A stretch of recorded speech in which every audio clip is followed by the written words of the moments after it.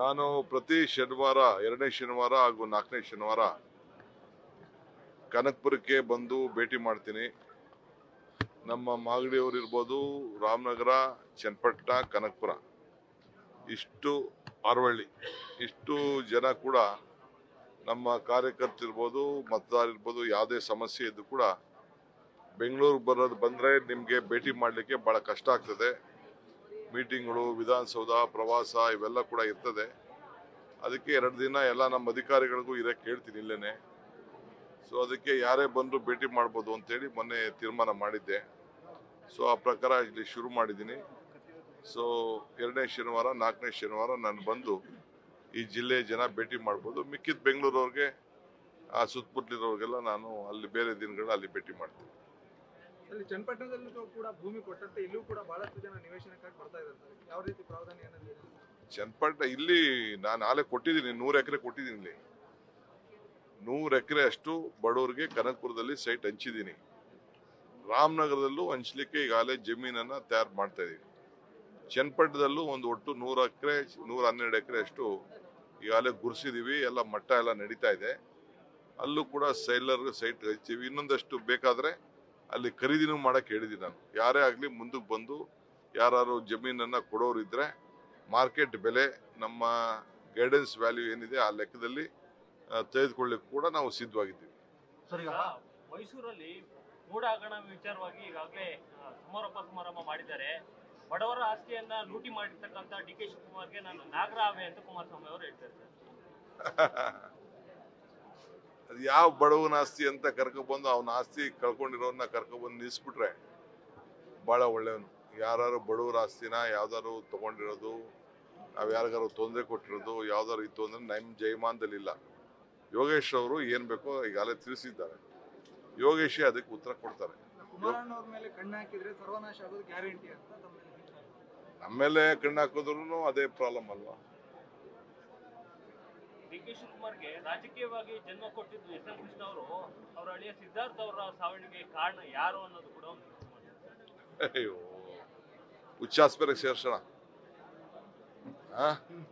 ಹುಚ್ಚಾಸ್ಪತ್ರೆಗೆ ಕುಮಾರಸ್ವಾಮಿಗೆ mental ಹಾಸ್ಪಿಟ್ಲಿಗೆ ಸೇರ್ಸೋಣ. ಅವ್ರ ತಂದೆ ಮೇಲೆ 85ರಲ್ಲಿ ಅಸೆಂಬ್ಲಿಗೆ ನಿಂತಿದ್ದೀನಿ ನಾನು. ಬಂಗಾರಪ್ಪನವ್ರ ಸಂಪುಟದಲ್ಲಿ ಮಂತ್ರಿ ಆಗಿದ್ದೀನಿ ನಾನು. ನಂದು ಎಸ್ ಎಂ ಕೃಷ್ಣನ್ ಸಂಬಂಧ ಏನು ಅಂತ ಅವ್ನಿಗೇನು ಗೊತ್ತಿದೆ? ಒಬ್ಬ ಏನೋ ಮೆಂಟಲ್ ಆಗಿದ್ದಾನೆ. ಒಂದು ಹಾಸ್ಪಿಟ್ಲಿಗೆ ಎನ್ಕ್ವೈರಿ ಮಾಡ್ಸೋಕ್ಕೆ ಸ್ವಲ್ಪ ಅವರ ಪಾರ್ಟಿಯವ್ರಿಗೋ, ಅವ್ರ ಲೀಡರ್ಗಳಿಗೋ, ಯಾರು ಹಿತೈಷಿಗಳು ಯಾರು ಇದ್ರೆ ಹೇಳೋಣ. ರಾಜಕೀಯ ಬರೋಕ್ಕಿಂತ ಮುಂಚೆ ತಮಗೆ ಆಸ್ತಿ ಇರಲಿಲ್ಲ. ರಾಜಕೀಯಕ್ಕೆ ಬಂದ ಮೇಲೆ ತಮಗೆಲ್ಲ ಆಸ್ತಿ ಬಂದಿರೋರು. ತಂದೆಯವರು ಇಂಜಿನಿಯರ್ ಆಗಿದ್ರು. ಹಾಗಾಗಿ ನಮ್ಮ ತಂದೆಯವರು ಏನಾಗಿದ್ರು ಅನ್ನೋ ಪ್ರಶ್ನೆ ನಾನು ಕೇಳ್ತಾರೆ. ಅಯ್ಯೋ, ನಾವು ಹೊಲ ಉಳ್ಕೊಂಡಿದ್ದವಪ್ಪ, ಬಡವ್ರು ನಾವು. ಸುಮ್ಮನೆ ಸಣ್ಣ ಪಣ್ಣ ಒಂದು 50-100 ಎಕರೆ ಜಮೀನಿತ್ತು. ಬಡವ್ರು ನಮ್ಮಪ್ಪ. ಬೆಂಗಳೂರಲ್ಲಿ ವಿದ್ಯಾಭ್ಯಾಸ ಮಾಡಿದವನು. ನನ್ನ ಇತಿಹಾಸ ಅಲ್ಲಿಂದ ಶುರು ಆಗಿದೆ. ಸರ್, ಈಗ ಪದೇ ಪದೇ ಈ ಜೈಲಿನ ವಿಚಾರಗಳು ಪ್ರಸ್ತಾಪ ಆಗುವಂತದ್ದು, ಆ ರೀತಿ ಏನಾದ್ರು ಮತ್ತೆ ಷಡ್ಯಂತ್ರ ಮಾಡ್ತಾ ಇದ್ದಾರೆ? ಯಾಕಂದ್ರೆ ನೀವು ಕೂಡ ಸಾಕಷ್ಟು ಬಾರಿ ಹೇಳ್ತಾ ಇದ್ರಿ ಆ ರೀತಿ ಮಾಡ್ತಾ ಇದ್ದಾರೆ ಅಂತ ಹೇಳಿ. ಮೊದಲಿಂದನೂ ಕೂಡ ದೊಡ್ಡ ಸಂಚನ ನಡೆಸ್ಕೊಂಡು ಬಂದಿದ್ದಾರೆ. ಈಗೂ ಮಾಡ್ತಾ ಇದ್ದಾರೆ, ಹಿಂದೆನೂ ಹೇಳಿದ್ದಾರೆ. ಈಗೂ ಕೂಡ ಅವರು ಪಾಪ 10 ತಿಂಗಳಲ್ಲಿ ಸರ್ಕಾರ ತೆಗಿತೀವಿ, ಜೈಲ್ಗೆ ಮಿಲಿಟರಿ ಬಂದು ಕರ್ಕೊಂಡು ಹೋಗ್ತಾರೆ ಅಂತಲೂ ಹೇಳಿದ್ದಾರೆ. ಹಿಂದೆ ನನ್ನ ತಮ್ಮನ್ನ, ನನ್ನ ತಂಗಿನ, ನನ್ನ ಹೆಂಡ್ತಿನ ಎಲ್ಲರ ಮೇಲೂ ಕೇಸ್ ಹಾಕ್ಸಿದ್ದೆಲ್ಲ ದಾಖಲೆಗಳಿದೆ. ನನ್ನ ಮೇಲೂ ಕೇಸ್ ಹಾಕಿದ್ದೆಲ್ಲ ದಾಖಲೆ ಇದೆ. ಅವೆಲ್ಲ ನಾನು ಮರ್ತ್ಬಿಟ್ಟು ನಮ್ಮ ಪಕ್ಷ ಹೇಳ್ತು ಅಂತ ಬೆಂಬಲವಾಗಿ ನಿಂತ್ಕೊಂಡಿದ್ದೆ. ಮಾತಾಡ್ತಾ ಇದ್ದಾರೆ, ಅದಕ್ಕೆ ಉತ್ತರ ಕೊಡಬೇಕು. ನಾನು ತಾಳ್ಮೆಯಿಂದ ಇದ್ದೆ. ಅದಕ್ಕೆಲ್ಲದಕ್ಕೂ ಒಂದು ಲಿಮಿಟೇಷನ್ ಇದೆ. ಸರ್, ಇವತ್ತು ನೀವು ನಿನ್ನೆ ಮಾತಾಡ್ತಾ ಹೇಳ್ತಿದ್ರಿ ಸಿದ್ದರಾಮಯ್ಯನಿಗೆ ನಾನು ಬಂಡೇರಿ ತೀರ್ತೀನಿ ಅಂತ. ಇದೇ ಕುಮಾರಸ್ವಾಮಿ ಇವತ್ತು ಹೇಳ್ತಾರಂತದ್ದು, ನನಗೂ ಇದೇ ಮಾತನ್ನ ಹೇಳಿ ನನಗೂ ಮೋಸವನ್ನ ಮಾಡಿದ್ರು, ತಲೆ ಮೇಲೆ ಬಂಡೆ ಎತ್ತಾಕಿದ್ರು ಅಂತ ಹೇಳಿ. ಅದು ಏನ್ ಬಂಡೆ ಎತ್ತಾಕಿದ್ರು ಅಂತ ಹೇಳಿ ಫಸ್ಟ್ ಏನು ಹೇಳ್ಬೇಕಲ್ಲ. ಸಾರ್ವಜನಿಕರು, ಅವ್ರ ಪಾರ್ಟಿ MLAಗಳಿದ್ದಾರೆ, ಅವ್ರ ಜೊತೆಲಿದ್ದವ್ರಿಗೆ ಹೇಳ್ಬೇಕಲ್ಲ ಏನಂತ ಹೇಳ್ಬೇಕಲ್ಲ. ನಡೀರಿ, ಸ್ವಲ್ಪ ನೀವು ಈ ಮಾತುಗಳೆಲ್ಲ ಕೇಳಿದ್ರೆ ಬೆಟರ್. ಅವ್ರಿಗೆ ಹಾಸ್ಪಿಟಲಲ್ಲಿ ಟ್ರೀಟ್ಮೆಂಟ್ ಕೊಡ್ಸೋದು ಬೆಟರ್. ಸರ್, ನೀವು ಬಿಚ್ಚಿಡ್ತೀನಿ ಅಂತೀರಿ ಸರ್. ಕುಮಾರಸ್ವಾಮಿ ಅವರು ಕೂಡ ಇವತ್ತು ನನ್ನ ಹತ್ರ ಸಾಕಷ್ಟು ದಾಖಲೆ ಇದೆ, ನಾನು ಬಿಚ್ಚಿಡ್ತೀನಿ ಅಂತ ಹೇಳ್ತಾರೆ. ಲೇಟ್ ಮಾಡಬೇಡ ಅಂತ ಹೇಳ್ತಾ ಇದ್ದೀನಿ. ವಿಪಕ್ಷದವರು ಪ್ರಶ್ನೆ ಮಾಡಿದ್ರೆ ಅಸೆಂಬ್ಲಿಯಿಂದ ಕದ್ದು ಓಡಾಕ್ತಾರೆ ರಣಹೇಡಿ ಸಿಎಂ ಅಂತ ಹೇಳ್ತಾರೆ. ಈಗ CM ರಣಹೇಡಿನೋ ಯಾರು ರಣಹೇಡಿನೋ ಅಂತ ಅಂದ್ಬಿಟ್ಟು ಅಸೆಂಬ್ಲಿಲಿ ಬಂದು ಮಾತಾಡೋಣ, ಆಮೇಲೆ ಮಾತಾಡೋಣ.